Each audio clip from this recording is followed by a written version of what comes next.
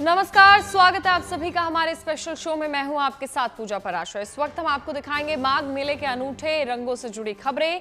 आज माघ मेले का 17वां दिन है। 3 महास्नान बीत चुके हैं, लेकिन संगम पर श्रद्धालुओं का तांता लगा हुआ है और लोग त्रिवेणी में पवित्र डुबकी लगाने पहुंच रहे हैं। इनमें सोशल मीडिया इन्फ्लुएंसर हर्षा रिचारिया भी है, जो कि 2024 के महाकुंभ के दौरान काफी चर्चा में रही थी। हम आपको हर्षा का एक्सक्लूसिव इंटरव्यू दिखाएंगे, लेकिन पहले आपको बता दें कि इस बार माघ मेले के तीसरे महास्नान में लोगों के स्नान का नया रिकॉर्ड कायम हो गया है। करीब 5 करोड़ लोगों ने यहां पर केवल एक दिन में स्नान किया। वहीं मेला क्षेत्र में साधु संतों की शोभा यात्रा की रौनक भी दिख रही है और पंडालों में पूजा अर्चना का सिलसिला जारी है। ये मेला अभी महाशिवरात्रि तक चलने वाला है और इसके तमाम रंग हम आपको GNT पर दिखाते रहेंगे। आप बने रहिए हमारे साथ। अपने स्पेशल शो में हम आपको माघ मेले के रंग तो दिखा ही रहे हैं, इसकी रौनक भी दिखाएंगे, लेकिन आगे बढ़ने से पहले हम आपको दिखाते हैं सोशल मीडिया इन्फ्लुएंसर हर्षा रिचारिया का खास इंटरव्यू, जो कि माघ मेले में प्रयागराज पहुंची। आपको बता दें कि हर्षा रिचारिया वही है जो पिछले साल प्रयागराज में हुए महाकुंभ में भी पहुंची थी और काफी सुर्खियों में हर्षा रिचारिया रही थी। हालांकि कुछ विवादों के बाद उन्होंने फिर से मॉडलिंग के क्षेत्र में वापसी का फैसला किया था, लेकिन अब माघ मेले में आने पर एक बार फिर से उनका मिजाज बदला हुआ लग रहा है और वो सनातन के प्रचार प्रसार के लिए काम करने की बात कर रही हैं। साल 2025 महाकुंभ का सबसे चर्चित चेहरा हर्षा रिचारिया एक बार फिर से चर्चाओं में है। चर्चा एक वीडियो की है। उस वीडियो में इन्होंने कहा जिस धर्म के रास्ते पे वो चल रहे थे शायद वो बैक होने जा रही है। उसके पीछे वजह कई है, लेकिन हम हर्षा से समझेंगे उस वीडियो की सत्यता क्या है। वीडियो तो बहुत वायरल है, लेकिन इस समय लेटेस्ट वीडियो एक ही वायरल है आपका। उसमें कह रहे कि हम अब छोड़कर दूसरी दुनिया, जिस दुनिया में थे उसी दुनिया में फिर से जाएंगे। जी देखिए, मैं लगातार मुझे लगता है कि मीडिया भी ये चीज़ बराबर देख रही है कि इस 1 साल में ऐसा नहीं था कि मैं घर पे बैठी हुई थी। मैं बराबर अपनी कोशिशें कर रही थी कुछ ऐसे कार्य करने की जिससे युवा जुड़े। आज युवा अगर ये देखता है कि आज बहुत से युवा ऐसे हैं जो ग्लैमर इंडस्ट्री में जाना चाहते हैं, लेकिन जब वो ये देखता है ना कि कोई लड़की वहाँ से निकल के अध्यात्म और धर्म के रास्ते पे चल रही है, तो वो उस चीज़ को कहीं ना कहीं इंस्पायरिंग मानते हैं और उसकी वजह से काफ़ी बच्चे मुझसे जुड़े हुए हैं। तो मैं उन सब के लिए कुछ काम करना चाहती थी, जिसकी लगातार कोशिशें हम 1 साल से कर रहे थे, लेकिन बार बार ट्रोलिंग तो मैं कहूँगी उनके सामने बहुत छोटी सी बात है, क्योंकि ट्रोल तो आजकल हर कोई होता है। लेकिन बार बार उन कामों में रुकावटें पैदा करना, बार बार अपनी पावर का इस्तेमाल करना और एक लड़की जो आपके सामने पैसे और पावर में कुछ भी नहीं है उसको अपना कहते हैं कि शिकार बनाना, तो मुझे नहीं लगता कि ये सही है। और बार बार जब ये होता है और मनोबल टूटता है तो कहीं ना कहीं फिर आत्मा थक जाती है और ये लगता है कि जब अगर आपने तय किया है कि आप मुझे कुछ नहीं करने देंगे तो फिर मैं ही हट जाती हूँ। और आप अगर कोई धर्म गुरु हैं तो फिर आप उसका इस्तेमाल कीजिए, आप अपनी पावर का इस्तेमाल कीजिए और ऐसे काम कीजिए ना जिससे युवा जुड़े। सनातन धर्म पे बहुत सही चल रही थी, 2025 में चर्चित चेहरा भी थी, लेकिन दोबारा से पुरानी लाइफ में जाने का निर्णय कुछ तो वजह रही होगी।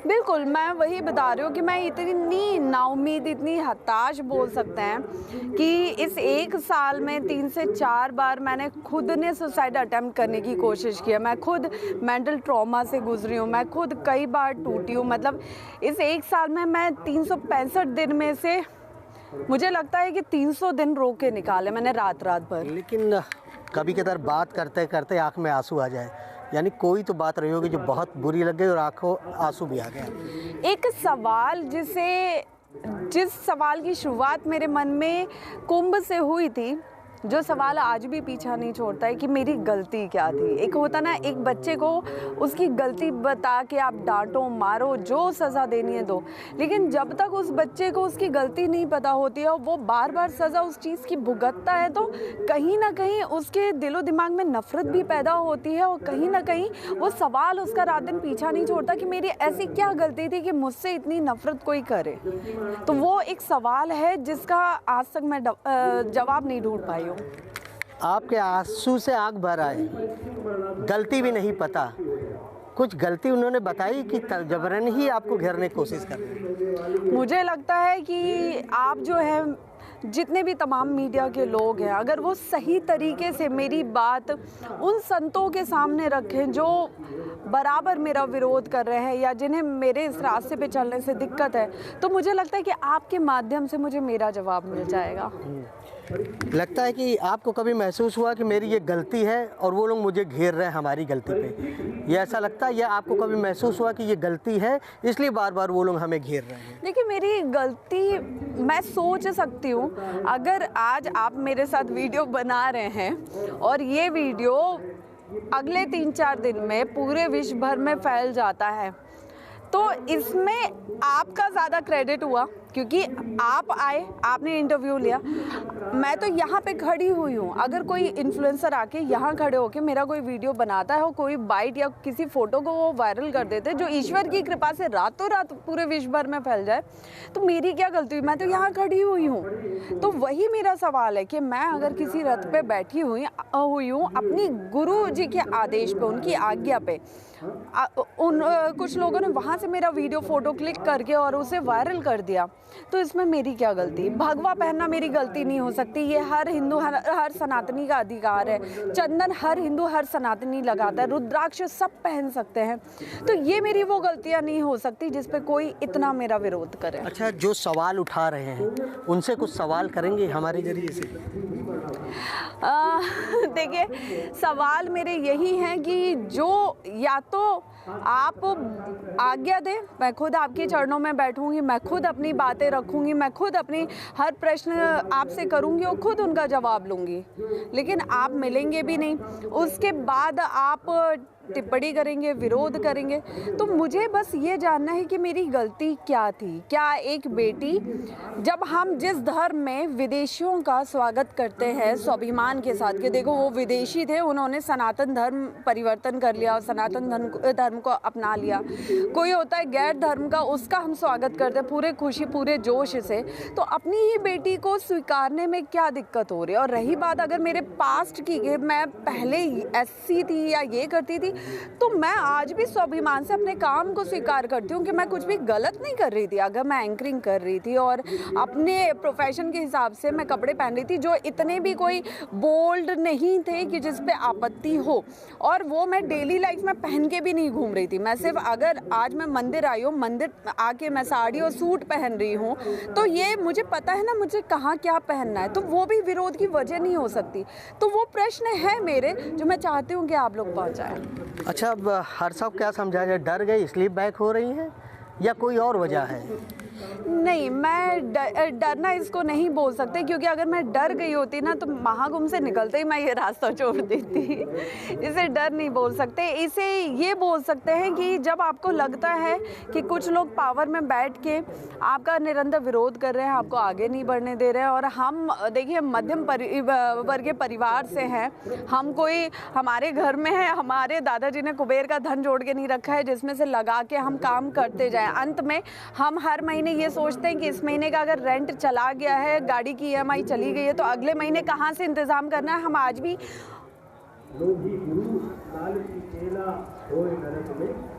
आज भी उसी चीज़ में जीते हैं। तो मुझे लगता है कि या तो फिर मैं वापस से काम करके और इतना पैसा जोड़ लूँ ना कि फिर आके मैं अपने दम पे सब कुछ कर सकूँ। तो इसे डर या हार नहीं बोल सकते, इसे बोल सकते हैं कि हाँ, कहीं ना कहीं एक कमी मेरे अंदर है जो फाइनेंशियली है कि मुझे हर महीने हर चीज़ का सोचना पड़ता है। उस कमी को जब मैं दूर कर लूँगी तो शायद वापस मैं इन चीज़ों को कर पाऊँगी। अच्छा, साध्वी और एंकरिंग दो अलग पार्ट थे, लेकिन सबसे कठिन कौन सा मार्ग रहा जहाँ आपको पहुँचने में समय लगा? देखिए, मैं साध्वी नहीं हूँ। मैंने बराबर मीडिया से चर्चा में हमेशा ये बात क्लियर की है कि मैं साध्वी नहीं हूँ। अब रही बात के धर्म पे चलने का रास्ता और ग्लैमर का एंकरिंग का रास्ता, दोनों में से क्या आसान रहा कि क्या टफ रहा? क्या टफ रहा? मुझे लगता है कि ईश्वर की ऐसी कृपा हुई है कि यहाँ पे ईश्वर ने, मतलब मुझे नहीं पता कैसे क्या कौन से ग्रह मेरे ऐसे घूमे। जैसे अभी मैं केदारनाथ भी गई थी तो वहाँ पे किसी ने मुझसे बोला आप अपनी कुंडली हमें दिखाइए, हमें जानना है वो कौन सा ग्रह आपका घूमा जिसकी वजह से रातों रात ऐसा हुआ। तो कहीं ना कहीं कभी आपके ग्रह ऐसे हो जाते हैं कि आपको रातों रात कहीं बैठे बिठाए या सोते हुए भी वायरल कर देते हैं। वरना एंकरिंग का काम भी मेरा बहुत अच्छा रहा। लाइफ के 15 साल जिस वक्त मैंने काम छोड़ा उस वक्त देश से ज़्यादा मैं विदेशों में काम कर रही थी। मैंने जीवन में हर सुख सुविधा देखी है, उसके बाद भी अगर मैं 1 साल से बहुत फ्लेक्सिबल होकर रह रही हूँ तो मुझे ना उसमें दिक्कत थी ना इसमें दिक्कत है। इसमें दिक्कत है। बहुत ढेर सारी बातें आपके लिए वायरल है, एक बात छोटी सी और वायरल है प्रयागराज से जुड़ी हुई। ऐसा कहा जा रहा है हर्षा बार बार प्रयागराज इसलिए आ रही है वो चुनावी मैदान में उतरने वाली है, वो 2 भाग्य के अलावा ये तीसरा भाग्य भी आजमाएंगे। देखिए, मुझे लगता है कि जिस हिसाब की राजनीति का सामना मैं पिछले 1 साल से कर रही हूँ, मैं अभी उतनी सक्षम नहीं हूँ मानसिक तौर पे कि इतनी कूटनीति राजनीति में खेल सकूँ। तो हम तो एक साधारण लोग हैं जो साधारण तरीके से अपना जीवन जीते हैं। मक्खन लगा के बात करना या चाले चलना ये मेरे अंदर नहीं है। तो मुझे नहीं लगता कि मैं ऐसा कुछ भी नहीं सोच रही हूँ राजनीति को। मान लीजिए, देखिए, ऐसा तो मुझे नहीं लगता कि अभी दूर से दूर तक मेरे कहीं भी कोई भी ऐसा प्लान है या ऐसा विचार है, ऐसा कहीं भी नहीं है। और अगर ईश्वर ने कोई चीज़ निर्धारित की होगी तो वो भी फिर रातों रात हो ही जाएगी। अब आपका अगला रूट का प्लान क्या है, क्या करना चाहती हैं? अगला प्लान हमारा यही है कि अब देश भर में जो शक्ति सृजन की शुरुआत हमने प्रयागराज से की थी उसको अब देश भर में लेके जाना है। अलग अलग छोटे बड़े हर हिस्से में उस कार्यक्रम को आयोजित करना है। उस कार्यक्रम के माध्यम से हमें बेटियों को सशक्त करना है, बेटियों को आत्मनिर्भर करना है कि वो अपनी सुरक्षा की जिम्मेदारी किसी और पे ना देके खुद पे लें और खुद को सुरक्षित रखें हर परिस्थिति में। मतलब जो बेड़ियां आप पे बंध रही है उससे मुक्त कराएंगी? बिल्कुल, मुझे लगता है कि जब जो व्यक्ति एक दर्द को समझ सकता है फिर वो चाहता है कि उसके जैसे और उस दर्द से ना गुजरे। अब बात कर लेते हैं माघ मेले के कुछ और अनूठे रंगों की। माघ मेले में केवल श्रद्धालुओं की आस्था के रंग ही नहीं बिखर रहे हैं, बल्कि सन्यासियों के अद्भुत परंपराओं की भी साक्षात तस्वीरें वहां पर दिखाई दे रही हैं। यहां पहुंच रहे लोगों को उत्सुकता से भर दे रही हैं ये तस्वीरें। तो चलिए अब आपको लेकर चलते हैं माघ मेले में, जहां सन्यास धर्म का पालन करने वाले अपनी अपनी परंपराओं को आस्था और भक्ति के साथ निभा रहे हैं।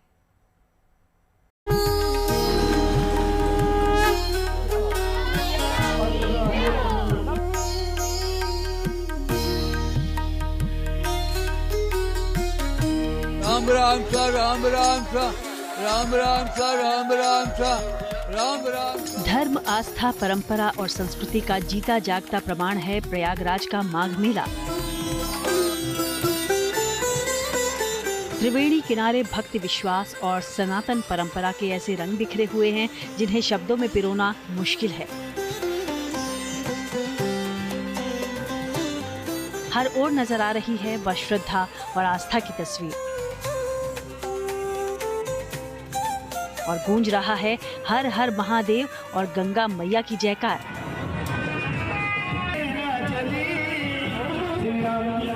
यहाँ हर कोई अपने इष्ट की भक्ति में जुटा है। स्नान दान का सिलसिला जारी है। ऐसे में भोले बाबा की भक्ति गूंज भी इस मिनी महाकुंभ में खूब नजर आ रही है, जो इस रंग बिरंगी शोभा यात्रा में महसूस भी की गई। दरअसल ये यात्रा मुंबई के श्री अघोरेश्वर धाम की तरफ से निकाली गई, जिसमें 2 घोड़ों की बग्घी पर आश्रम के संस्थापक भगवान राम जी की तस्वीर, बैकग्राउंड में भक्ति गीत की गूंज, घोड़े पर सवार अघोरी समाज के संत और दंडी स्वामी समेत सैकड़ों लोग इस शोभा यात्रा का हिस्सा बने। दरअसल अघोरेश्वर आश्रम को बसाने वाले अवधूत यानी सन्यासी भगवान राम जी के अनुयायी मानते हैं कि भगवान राम जी को संगम की रेती पर ही भगवती माँ का आशीर्वाद मिला था। ज्ञान की प्राप्ति हो गई थी। जैसे आध्यात्मिक चेतना की जो अवस्थाएं हैं उनको आज प्राप्त हुई थी। 1 महीना वो भूखे रहे इसी इलाहाबाद में, प्रयागराज में, बालू पे सोए, किसी ने भोजन नहीं दिया। लेकिन वो कहते हैं कि मुझे एक दिन एक वृद्ध महिला माता जी आई देवी के रूप में, उन्होंने मुझे अन्नप्राशन किया और उसके बाद मेरी शुदा जो मिटी, तो फिर कभी वो प्रसंग आया ही नहीं। और उसी को अपने ज्ञान प्राप्ति, जो ज्ञान है वो उनको प्राप्त हो गया था। स्वामी भगवान राम जी के अनुयायी कहते हैं कि उन्होंने अघोरियों को दुनिया के सामने बड़े ही सरल तरीके से पेश किया, जिस वजह से उन्हें सम्मान देने के लिए हर साल उनके प्राकट्य दिवस को धूमधाम से मनाया जाता है। इस बार भी जब ये अनोखी शोभा यात्रा गंगा तट पर जहां जहां से गुजरी, हर श्रद्धालुओं के लिए आकर्षण का केंद्र बनी रही।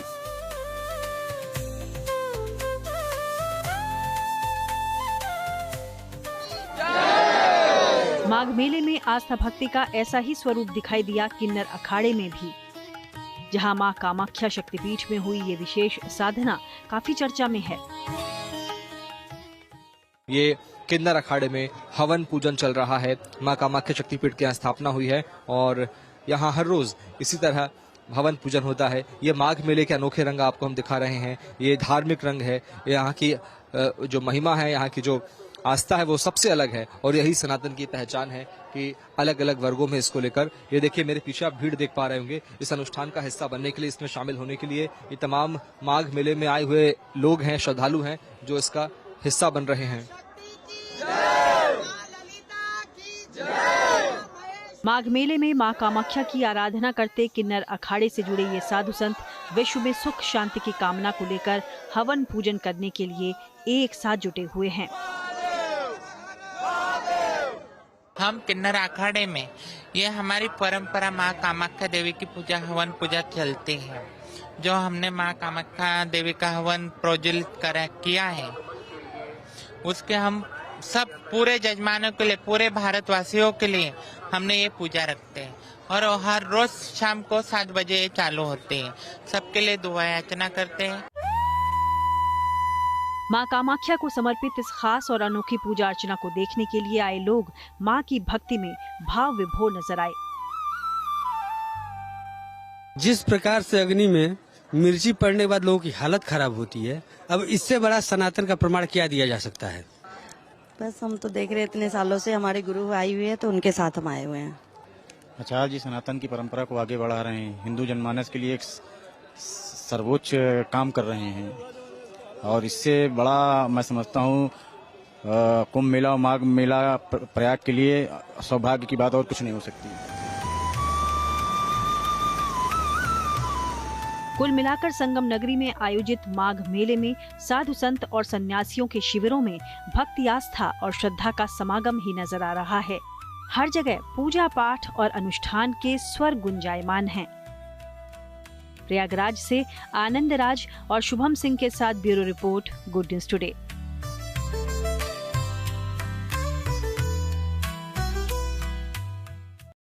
3 जनवरी से शुरू हुए इस माघ मेले में अब तक करोड़ों लोग संगम में आस्था की डुबकी लगा चुके हैं, लेकिन कई लोग ऐसे हैं जो माघ मेले के दौरान अपनों से बिछड़ गए, जिन्हें अपनों से मिलाने का जिम्मा उठाया भूले भटके शिविर ने, जो अब तक कई बिछड़े लोगों को उनके परिजनों से मिला चुका है। इस शिविर में क्या है ऐसा खास, देखिए रिपोर्ट।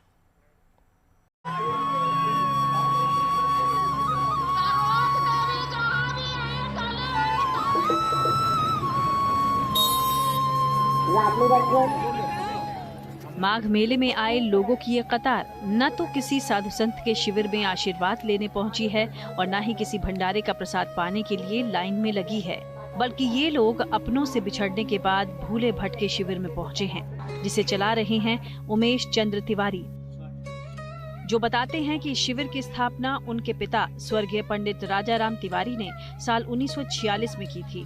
तब से ये शिविर लगातार बिछड़ों को मिलाने का काम कर रहा है।